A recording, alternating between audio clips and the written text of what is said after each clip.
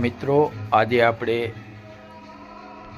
વાત કરવી છે હરસિદ્ધિ માતાજી મંદિર જસાપર કે જે જામકંડોળા પાસે આવેલું ગામ છે.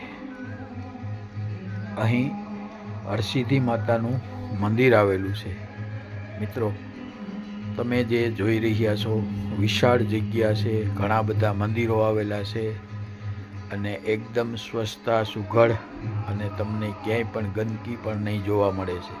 તો આ મંદિર શા માટે પ્રખ્યાત છે, આ મંદિરે લોકો શા માટે આવે છે એ પણ આપણે જાણીશું. મિત્રો, જો તમને હરસની તકલીફ હોય, હાથ પગનો દુખાવો હોય, માથાનો દુખાવો હોય અને ઘણી દવા કરી હોય, દવાખાને જઈ આવ્યા હોય છતાં પણ તમને ક્યાંયથી ફાયદો ન થતો હોય, તમારું દુઃખ મટતું ન હોય, તો તમે એક વખત જરૂર હરસિદ્ધિ માતાજીની માનતા માનજો. અને અહીં અઠવાડિયામાં 3 દિવસ વાર નક્કી કરેલા છે, રવિવાર, મંગળવાર અને શુક્રવાર.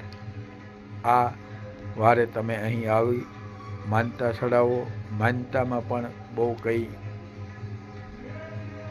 મોટી માનતા નથી. તમારે નાળિયેર અને જે કંઈ વધારવું હોય તે, અને અહીં ખાલી ચા પીવાનો હોય છે.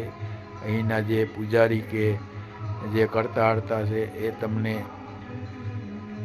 ચા પીવરાવે છે, તમારી થોડી ઘણી પૂછપરછ કરે છે અને